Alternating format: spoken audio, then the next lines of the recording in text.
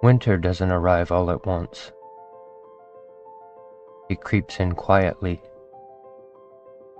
first with shorter days, then colder nights, until suddenly the world feels wrapped in gray skies and stillness. The windows frost over, the wind hums through bare branches, and the walls of home begin to feel just a little closer. But as Lewis Carroll once wrote in Alice in Wonderland, sometimes I've believed as many as 6 impossible things before breakfast. And in the depths of winter, believing in a little wonder might be the first step to chasing cabin fever away. Cabin fever isn't just boredom. It's the restless feeling of being cut off from the world, the sense that days blur together, the itch to move, explore, and experience something new. But winter doesn't have to be a season of waiting. It can be a season of discovery. And recently, something impossibly amazing happened. Last fall, I spent an entire month on a historical deep dive adventure tracking down all of the information I could on my favorite house in the city and recounted the story of Anna Walker. While researching and filming for the video titled Finding Anna, I did not get the opportunity to speak with the current owners or film on the property itself due to it being under renovation and not wanting to disturb the work.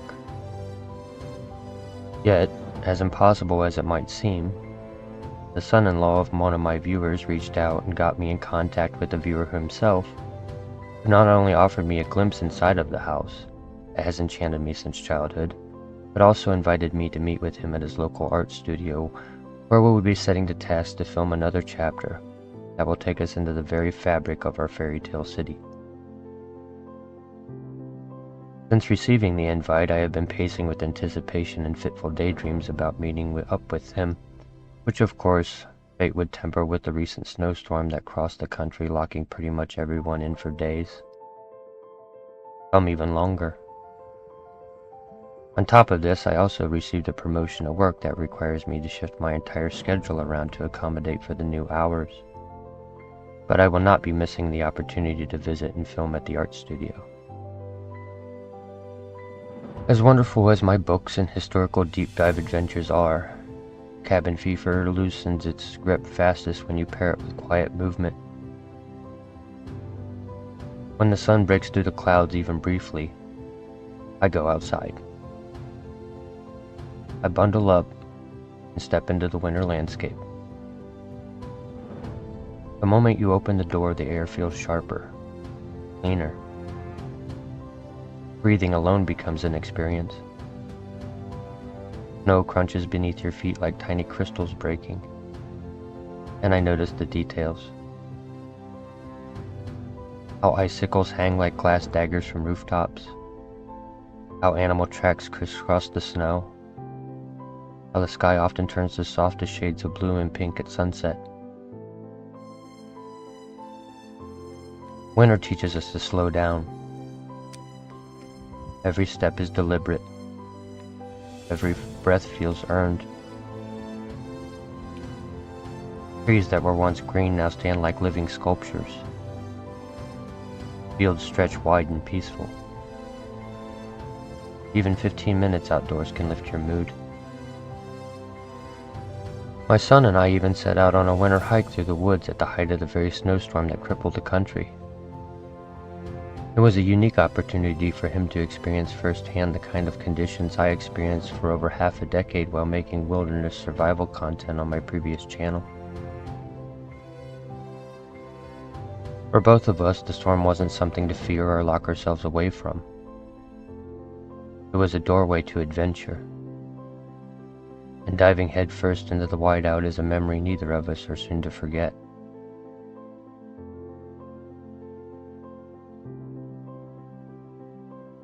Science tells us that fresh air and natural light help fight off seasonal sadness. But beyond science, there's something deeply human about being part of the season instead of hiding away from it.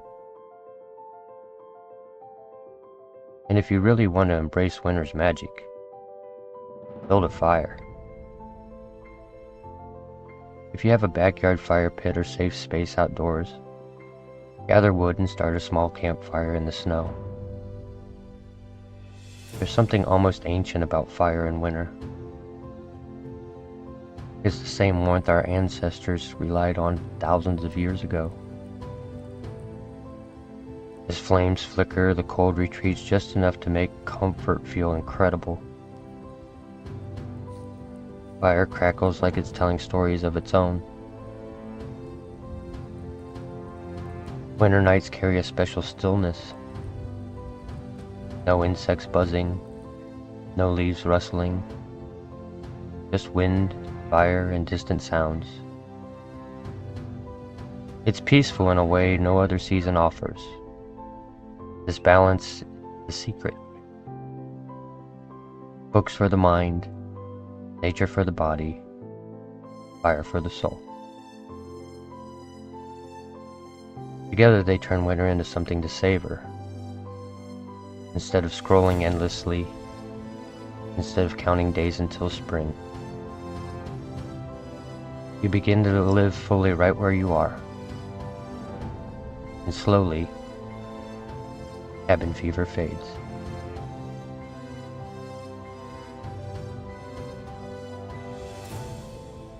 Winter has always been the storyteller's season. Long before screens and electricity, families gathered close to the hearth fires with snow piled high outside. They read aloud, they shared memories, they passed down history. And you can recreate that feeling right now. Pick up a book that transports you. Historical novels that place you in another century. Old journals written by travelers, settlers, or soldiers. Local histories that reveal the forgotten stories of your own town.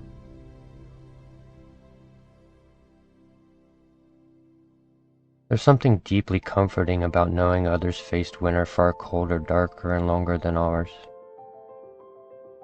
Imagine pioneers sealing their cabins with cloth and mud to keep out the wind. Families rationing candles to last until spring. Communities coming together for winter dances, storytelling nights, and shared meals. As you read, you're not just passing time.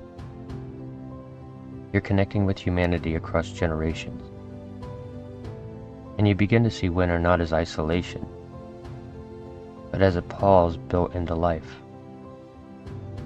A chance to reflect, a chance to learn, a chance to dream. Turn reading into a ritual.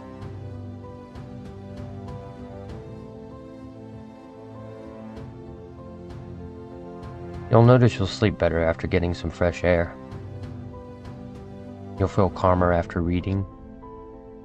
You'll feel warmer inside after an evening by the fire. Winter becomes your quiet season, your learning season, your reflection season. Some of the greatest thinkers, writers, and historians produce their best work during winters of isolation, because stillness breeds creativity, because the quiet allows for thought,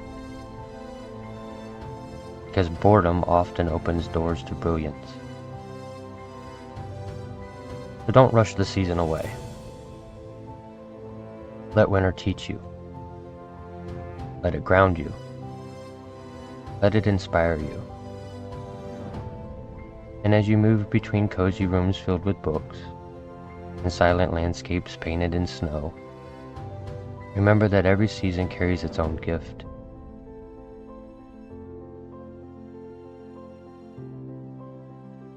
As Alice reminds us at the end of her journey, who in the world am I? Ah, that's the great puzzle. Perhaps winter gives us the space to reflect, to grow, to discover new parts of ourselves. So stay warm, stay curious, and I'll see you in the next story.